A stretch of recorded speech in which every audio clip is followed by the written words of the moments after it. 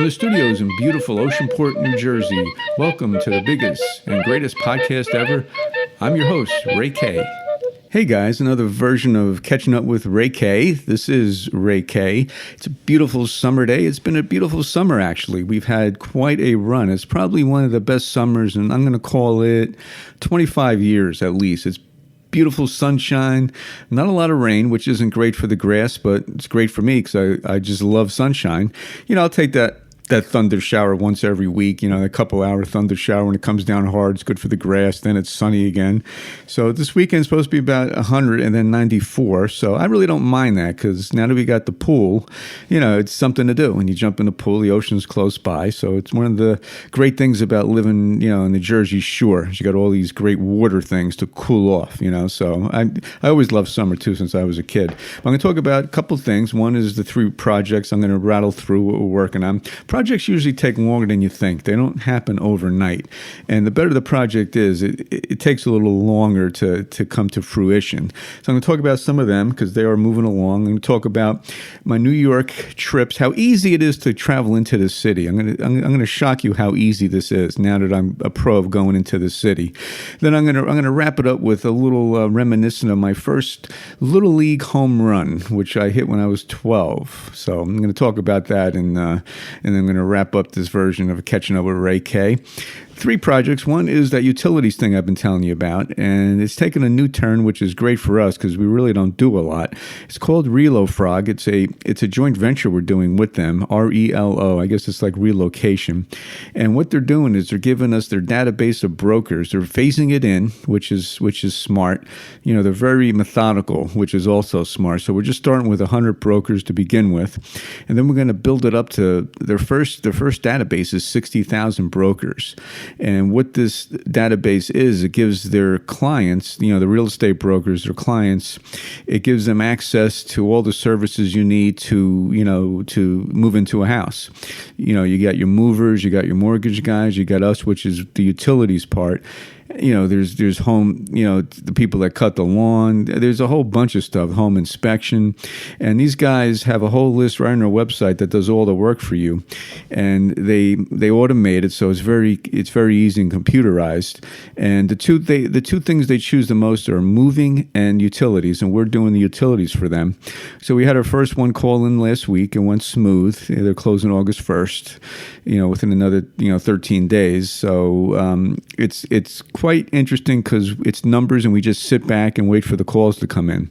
So far they're starting to come in, and once this phases into 1,000 to 2,000, and then we should be getting a lot more numbers. So we're kind of working whatever kinks there are out. There's a couple little things that come up that we gotta get on the same page, but we are. I mean, just small things like, our subsidiary company is called Honeydew, Hello Honeydew, and so, but now we're going to say we're ReloFrog, so it's consistent. Stupid things sort of like that we just got to stay consistent with. So I'll fill you in as that, but we are started, so it's begun. I want to talk about the Tiki Barber thing because I've been going to New York, meeting Tiki. We're doing a great big project. We finally have the business plan completed, which took about 6 weeks. I mean, it's a 40-page detailed business plan. I mean, they really made magic out of the information we gave them, so it's now complete. Now we're hitting the street with it just this week. I mean, we're sending this out to some heavyweights. I'm talking Ella McPherson. I'm talking Jenny McCarthy. I'm talking some major people, a couple huge executives from the networks. So, some have expressed interest and they're going to get back to us as soon as possible, which was ASAP they wrote. So, I mean, we're hitting it hard, and we have some other areas too to raise this initial funding, which is the key. I'm part of it since I'll be helping them work on the project, and so it's moving along. It's exciting because we're going to employ autistic kids on the spectrum, including not just them, but maybe homeless military people that need a break, that are very creative, that need a job. So we're gonna have 3 radio stations, high definition radio stations, and we're gonna have content on the radio stations that are going to cater to the autistic community, along with other communities, and also normal programming. So there's 5 million autistic kids on the spectrum, and with their families and all the people, and everyone knows someone on the spectrum. It's about a 56 to 80 million audience, so we're gonna have, all types of things. We're gonna even have make your dreams come true things. We're gonna have music. We're gonna have guests. We're gonna have podcasts. And we're gonna have an accompanying website along with the show, so you could stream along the website on the radio show.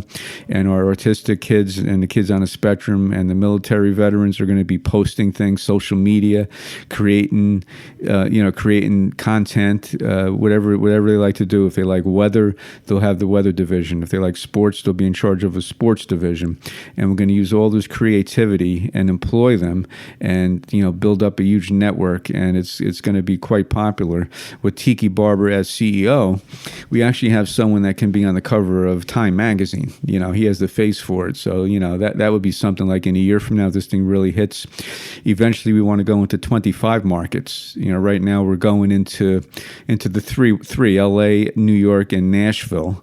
And then we're going to spread out from there, once this thing gets funded, so it's going to be, actually might have a morning on 7 Ray, very interesting, so I'm kind of pumped up about that, because I kind of always wanted to be a DJ, so a lot to learn, but it'll be fun, so that's the Tiki thing. And then the oil and gas project, which is $1 billion deal, which is an Alaskan oil pipeline, which my contact has the rights to 92,000 acres of a lease in Alaska, right next to Conoco, which is a major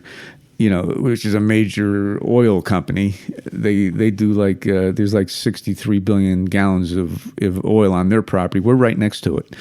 And there's a money raised for that, which is kind of big, and it's been starting with the lady that's that's running it. We have the top guy at Exxon that's in as the president. He started I think it was like Persian Gulf Exxon. He worked there for 40 years, so he knows what he's doing. Alaska's interesting because there's only 4 months a year you could drill there because of the weather, and it's, from what I heard, the last frontier. And on all the studies, these feasibility studies shows about $3 million worth of oil in the ground, and then it's between $3 billion and $30 billion, dollars worth. And the whole project is going to cost about $220 million over 3 years to drill for all that. So there's still a profit of between $2.7 billion and $29.7 billion, so hey, all you need to do is own 3 percentage points of that, and then you got a pretty nice deal going. Most rich people make their money on one deal. They don't do it on like 20 deals. If you notice, some of the real rich people, there's like one deal and then they make $1 billion, and everybody's calling them, asking them, and kissing their whats, and they don't realize they failed the other 50 times on deals, but they did hit the one. And that's all you really need, which kind of keeps it exciting. It's nice to have, something like that. Something like that going, because it is very, very nice to wake up knowing that potential is there, So anyway, but that's the Alaskan oil deal. So that's going to be that'll be the home run one. It's like the grand slam. The other ones are like triples. Tiki's probably like the home run. This is grand slam stuff. So that's going to be pretty cool, as it unwinds. I'll fill you in as we're moving along with it. And then on my last thing, I want to talk about New York. And then I'm going to do my fun thing, which is my first home run. But New York is very easy to get to. There's no, I never realized how easy it is. I want to tell you how my day in New York goes, just so anyone that needs to travel, the way I do it is so easy. It's almost incredible. Depends on what time I have to be there. Sometimes I'm there at 11. Sometimes I have to be there at 9:30. So say it's the 9:30 one, and it's so easy. There's a 6:30 train that I get, right? It's great in the summer too, because the weather's good, and it's just easy to wake up and walk outside the warm weather. You got your short sleeves shirt. You don't got, you have to bundle up. It's not windy. So I get the 6:30 train, so I got to get there around 6:15. You pay my $3 parking thing, which is easy. I got my app on my phone, which I pay the train ticket, $32 round trip. Boom, easy. train comes right on time, 6:30, 6:31, and I get in the city at about 8 o'clock, which is an hour and a half, maybe like 10 to 8. It's a little bit less than that, which is a great ride. You relax. You could take a little nap if you want. You could read a little book. You could read the papers, whatever you need to do. So that's I kind of do my thinking on the train, and then I get to the city. The place is about a 40-minute walk, so I usually have a little coffee and a almond croissant. I love the almond croissants in the city. I don't know why. They're kind of thick and they just taste great, especially with coffee. Sometimes I sneak a dip. I dip them in. So I do that. And then go to the bathroom because I got to walk about 40 minutes. And then I go on 7th Avenue and I start walking down toward downtown. It's about I don't know, like a 30-block walk, something like that, straight through. So I just walk and walk, and before you know it, you see the Tower of Light, the Freedom Tower. You see that come into view, and then before you know it, you're there. You got to make one turn and make a right, and then a left, like 2 blocks down and make a left, and then there's the WFAN studios right on the right side, Hudson Street. And I go in, I get my badge. You got to get a badge. You got to give them your license. I guess after 9/11, they want to make sure everybody's okayed to go up there. So you have to be on the list. So the guy checks my name. Okay, up, floor 10. I go into the elevator, go up to 10, and there's all the studios. It's not just WFAN. There's like about 6 stations in this big area. FAN is one of them. And my man comes out, my partner in the deal, and we go into his office. We talk. Maybe I'll see Tiki. Maybe I'll do a podcast in there. Sometimes I use their studios for that because the quality is really good. And then that's like an hour and a half. And then I leave there at like 11, 12 o'clock. So you might have a pizza or something. You might have a little something to eat afterwards because there's nothing like New York pizza, that's for sure. And then after that, I take my 40-minute walk back, and the train leaves on like 1:40, 2:40, 3:40. So I just time it for that. And, say I catch the 2:40 back, and I'm back by 3:40. I'm back by 4 o'clock. And that's the day. And I come back, and I'm back home, around 4:15. And I just finished a full day in New York, So it's just very easy going into New York. There's no, from where I live, and if you go and take a train is very simple, and that's what I would highly recommend you doing if you go to New York. So that's my experience in New York, and I like to wrap it up with my first Little League home run, which is my first time that I felt that cloud 9 feeling, I'll call it, which is like, I guess that's the real feeling of joy, that word joy. And that must be what it feels like, because I'll tell you, I haven't had many feelings like that ever, So quick recap, we always played ball in the summertime, and in Jackson, where I grew up, it was always hot, it seemed, it's always hotter inland, and played Little League, my whole life. And so I'm in the majors my last year, and I'm pretty good. I'm probably the best guy on the team, but I'm the only good guy on the team, so we're like 0-16 for the year. At this point, we're about 0-12. I'm the pitcher. I pitched like every other game, so I must have been 0-6. I always thought I was a pretty good pitcher, but I guess I couldn't have been that great. But when you're the only good player on the team, it's hard to do 1 against 9. So anyway, so I have no homers now. We're 12 games into the year. There's only 16. I'm going into this year thinking I'm going to hit like about 4 or 5. In my mind, I'm like, this is a 4 home run year for me. And batting practice and all that. Like, I'm feeling good. And all of a sudden, it's like no homers. I'm like, I hope I don't get shut out. And one of the other guys on my team actually hit an opposite field homer down a right field line, like just fair by like an inch. And he hit a home run. So I'm like, don't tell me I'm not going to hit one. And that guy got one. And so anyway, so it's game 13, I think it is. We're 0-12. We played at 13. I'm pitching too. We're up we're winning too. Might win our first game of the year. And I'll never forget it. I'm about to go to the plate, and the manager says, "Ray, why don't you use a heavier bat?"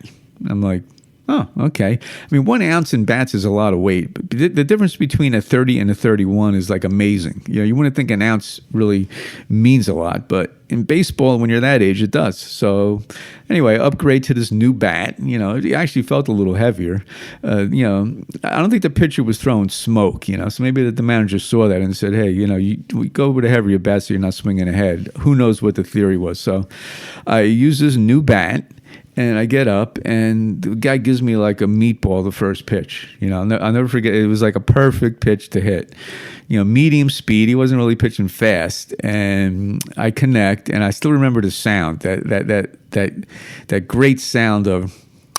That's kind of, that's the only way I could describe it. That great baseball, perfect on the sweet spot sound, So it sounded, I still remember the sound. It seemed like the echo through the whole, through the whole field.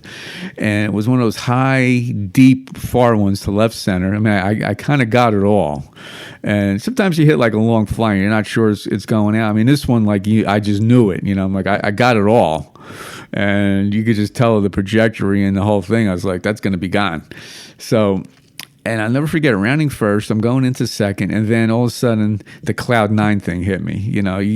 It's almost, indescribable to put into words.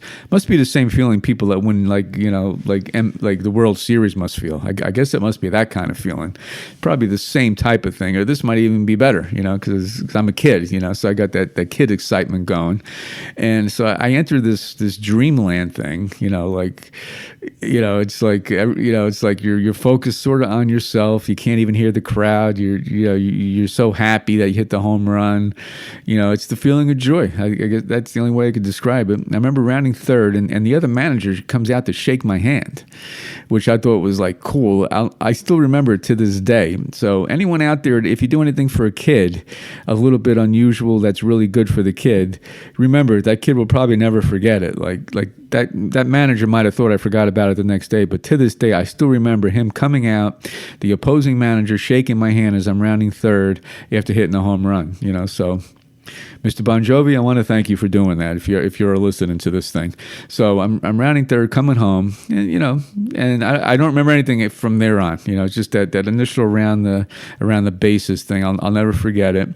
And I didn't hit a home run the second time. I always wonder what I did the next time up, because I know I used that same bat again, and that was my only home run of the year. We wound up losing the game, which I really didn't care too much about because I was so thrilled to hit this home run, and it's this feeling stays with me to this day. That first Little League home run.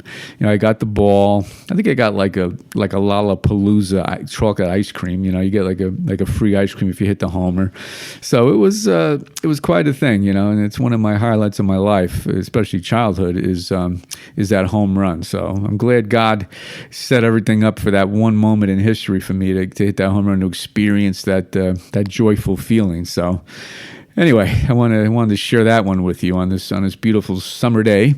So I want to wish everyone a happy summer, a happy week. I'll be back next week. We'll see what next week brings, which is the great thing about life, is I have no idea what's going to happen in this week ahead, but I sure will tell you next week what it is. So until then, signing off, Ray K. Catch you then.